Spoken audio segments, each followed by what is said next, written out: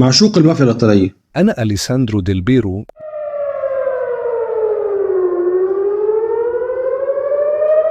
قصة النجم أليكساندرو ديل بيرو. في عالم رياضة كرة القدم وسط صخب الملاعب وهتافات الجماهير اللي ما بتتوقفش ثانية واحدة بس، يظل أليكساندرو ديل بيرو اسما محفورا في ذاكرة الكرة الإيطالية والعالمية. الكلام الكبير ده بس والله كلام كبير وعظمة. لم يكن ديل بيرو مجرد نجم فوق العادة، بل كان رمزا لعصر كروي لن يتكرر، وأسطورة عشقها الجماهير في نابولي حتى تورينو. يا لهوي يا لهوي، لا ده كلام جامد جامد جامد. ده الأكثر إثارة أن نجوميته لم تتوقف عند حدود المستطيل الأخضر، بل تجاوزت ذلك إلى عالم المافيا الإيطالية الذي لطالما كان مفتونا بهذا اللاعب وأدائه الاستثنائي. وصلنا للمافيا. طول عمري بحبه، أنا المزة بتاعته، حتى أنا للي عرفته على عصابات المافيا وديته السكة، بس كفاية علشان دي أسرار. بس لما اشتهر ماشي يا ديل بيرو بكرة تندم. ثانية واحدة بقى كده، خلونا هنتكلم في العادي. هحكي لكم النهارده قصة أليكساندرو ديل بيرو، خليك معايا يا صديقي وتابع معايا الحلقة لحد الآخر. أنا أليساندرو ديل بيرو معشوق المافيا الإيطالية. عايز تعرف قصتي؟ تابع الفيديو.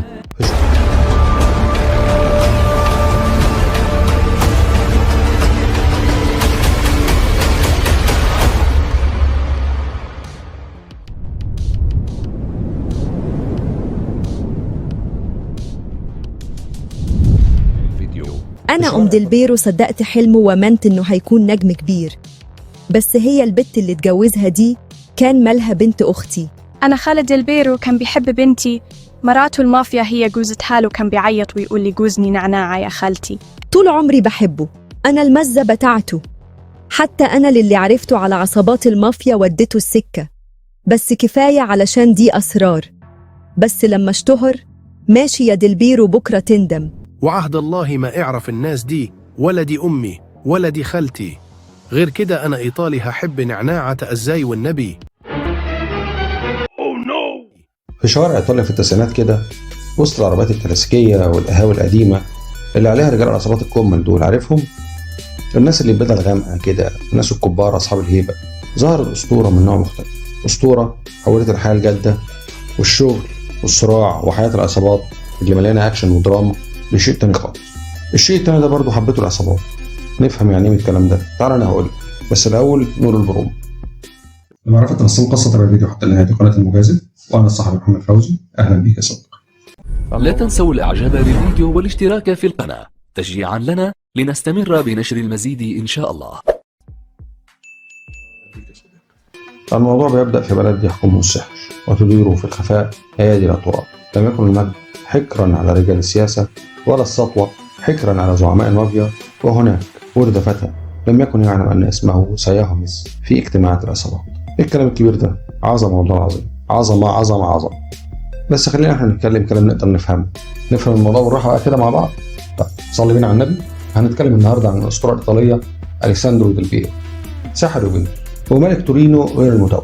طبعا كل اللي سنهم فوق ال20 عارفين من هو ديل بيرو، عشان في الحقيقة ما كانش مجرد لاعب كرة قدم، لا ده كان لوحة فنية بيتحرك بجد، كان لوحة فنية بتتحرك فوق المستطيل الأبيض. رجعنا للكلام الكبير مرة ثانية، معلش يا صديقي استحمل. ظهر ديل بيرو زمان كانت فيه المافيا تتحكم في كل شيء، كل شيء وكل ما تحمل الكلمة بمعنى من كلمة كل شيء، كل شيء حرفيا. يعني كل حاجة بتحصل في إيطاليا المافيا جزء منها، واللي بياخدوا القرار فيها مع السياسة طبعا والحكومة رجال المافيا. الكلام ده كان بيحصل حتى في الأسواق وفي الأعمال البسيطة جدا. وطبعا انت طالع كده لحد عقد الأعمال وشغل التجارة الممنوعة والغير الممنوعة، والسلاح طبعا والاكشن وكل الكلام المهم جدا اللي كان بيحصل في الفتره دي. الناس دي ناس ما بتهزرش يا صديقي، عارف انت الطلاينه يعني في زمن القتل الجميل. وطبعا مع زمن القتل الجميل وكل الكلام الجامد قوي ده، الشرطه طبعا في ايطاليا والانتربول الدولي والعالم كله كان بيحارب المافيا، عشان الناس دي ما كانتش بتحب القتل ولا المخدرات ولا الكلام الوحش بتاع الناس النوتي. بس انت طبعا عارف رجالتنا في المافيا قالوا دول عيال توتو، احنا الكلام ده ما يخصناش.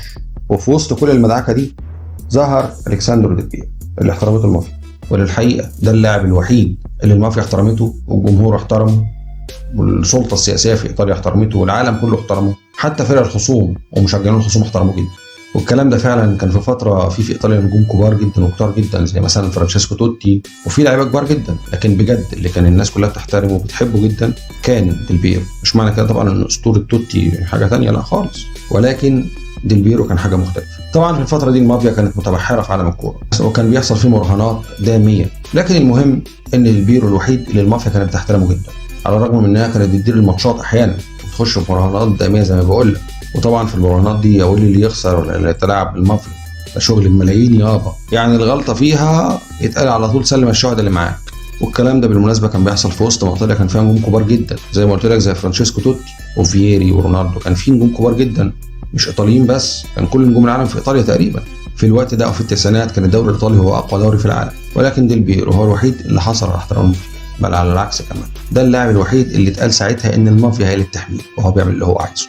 المهم بقى ايه السر اللي خلى المافيا الايطاليه اللي مش بتعتمد حد ومدوخه العالم كله تحترم ديل بيرو؟ وده كمان اللي هو ديل بيرو يعني محدش بيدخله في اي صفقات او اي مراهنات، ده كده اكيد هو فرد من المافيا. ده الكلام على فكره اللي انتشر وقتها، اتقال ساعتها ان ديل بيرو أنا نعناعة يا ديل بيرو، متصعش، أنت كنت هتموت عليا، حواري فيصل والطالبية تشهد. بس بالمناسبه الكلام ده كله كان كده. في الحقيقه الموضوع كان موضوع عاطفي بحت، لان في اللحظه دي كانت المافيا او بالاحرى زعماء المافيا شافوا ان ديل بيرو بيمثل صورته، هي الصوره اللي هم كانوا عايزين يوصلوها للناس. كانوا عايزين يوصلوا للناس في العالم كله صوره القوى الهادئه والنفوذ بلا استعراض والحضور بلا كلام. ايه الكلام الكبير اللي انا بقوله ده؟ وعهد الله ما أعرف حد اسمه نعناعة أصلا، أنا إيطالي يا جدعان، علي الطلاق بالثلاثة ما حصل. برضو عظمه، قول الحق، كلام كبير بس عظمه. المهم بقى ان من اهم المواقف اللي خلت المافيا تحترم ديل بيرو كان لما نزل اليوفنتوس للدرجه الثانيه في فتره حالكه السواد مع السيده العجوز.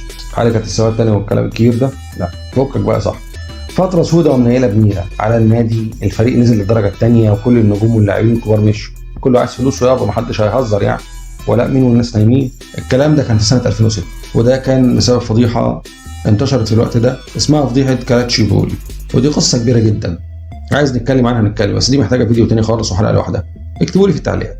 المهم ان في كل الكلام ده رفض ديل بيرو يمشي ونزل مع الفريق بتاعه للدرجه الثانيه. وفي اللحظه دي بالمناسبه ديل بيرو كان نجم كبير جدا جدا وتعرض عليه عروض سخيه قوي من انديه كبار جدا في اوروبا، لكن ديل بيرو بجد في اللحظه دي كان عامل زي الفارس النبيل وحارب كما يحارب النبلاء. يخرب بيت كلام المثقفين، بس عظمه عظمه بجد ما تنكرش. المهم بقى مرت السنين وبدات تشيلنا وبدات تحطنا، وطبعا يوفنتوس صعد للدرجه الاولى وخد كبش البطولات، والفتره حالكه السواد اللي بقول لك عليها دي خلاص عدت، لكن فضل ديل بيرو هو اسم اسطوري حب الجمهور والمافيا وحتى مشجعين الخصوم كمان عشان موقفه النبيل ده. خلصنا الحكايه كده؟ لا طبعا، وانت فاكرني اسيبك كده؟ خد يا عم كل معلومات ديل بيرو والتفاصيل عنه. بص لو عايز تطلع بطاقه كمان هديك معلومات تطلع فيها بطاقه ديل بيرو. ديل بيرو اتولد سنه 1974 في مدينه اسمها كوليانيالي في شمال ايطاليا، وحب كره القدم جدا وكان مبدع بصراحه ربنا من يوم، وطبيعي زي اي بطل بيجري ورا حلمه راح للساحه الشعبيه اللي عندهم في بلدهم. هو قاعد عنده 10 سنين كده حلو، ومسك في رجلين ابوه وقال له نبي يا الحاج العب. طبعا ابوه راجل ولي امر ايطالي محترم كده، قال له يا ابني مش هسيبك ومش هقف في وش حلمك، روح يا ابني والعب. طبعا انت عارف عندنا في الافراط المصريين لو قلت لابوك انا عايز العب كوره يقول لك ايه؟ روح ذاكر يا صايع يا ابني، خلي الطبق مسطور. نتكلم جد شوية، أنا جيلك من على غلاف المجلة، المجازف بيراوش والكلام كله كذب. لكن مجد ديل بيرو الحقيقي بدأ حينما ارتدى قميص يوفنتوس سنة 1993 لم يخلعه لأكثر من 19 عام. يا لهوي، كلام مهم وكبير، عظمة عظمة عظمة يعني. المهم يعني الراجل أول ما بدأ في يوفنتوس سنة 93 قعد من بعدها 19 سنة ما راحش أي نادي تاني برغم العروض القوية جدا كتيرة جدا جدا اللي جت. هو في اللحظة دي بصراحة ربنا أو في الفترة دي كان متألق جدا. والمهم زي ما كنت بقول لك كده ديل بيرو حقق كبش البطولات مع اليوفي، منها مثلا 6 ألقاب للدوري الإيطالي ولقب 1 لدوري الدرجة الثانية الإيطالي ولقب 1 لكأس إيطاليا و4 ألقاب لكأس السوبر الإيطالي ولقب 1 لدوري أبطال أوروبا ولقب 1 لكأس السوبر الأوروبي ولقب كأس الإنتر كونتيننتال ولقب 1 لكأس الإنتر توتو. الإنتر توتو ده والله العظيم زي ما بقول لك كده اسمها كده الإنتر تو. أنا هكتب لك اسمها وأنت شوفها بمعرفتك. المهم إنه في 2012 أسدل ديل بيرو الستار على مسيرته مع يوفنتوس بعد ما حطم كل الأرقام القياسية الممكنة. شفت أسدل دي؟ جامد صارف ومكلف أنا على فكرة دعم بقى ولايك وانت فاهم ده كله. المهم اعتزل ديل بيرو الكوره بعد رحله قصيره جدا في استراليا وفي الهند. طبعا ما حققش فيهم او ما حققش في الفتره دي اي حاجه قويه زي ما كان في اليوفنتوس. الراجل كان جاي نجم كبير يعني وخلاص بيشطب، لكن برضه هو فضل ايقونه خالده في قلوب كل عشاق الكره الايطاليه، ومش الايطاليه بس، لا كل عشاق الكره على مستوى العالم. وفي النهايه ليس كل من تحبه الجماهير تحبه العصابات، لكن ديل بيرو استثناء لا يتكرر. يا لهوي على الكلام الكبير، والله العظيم عظمه. المهم يا صديقي لحد هنا وخلصت حلقتنا. يلا سلام سلام سلام سلام سلام سلام سلام سلام سلام سلام سلام سلام سلام.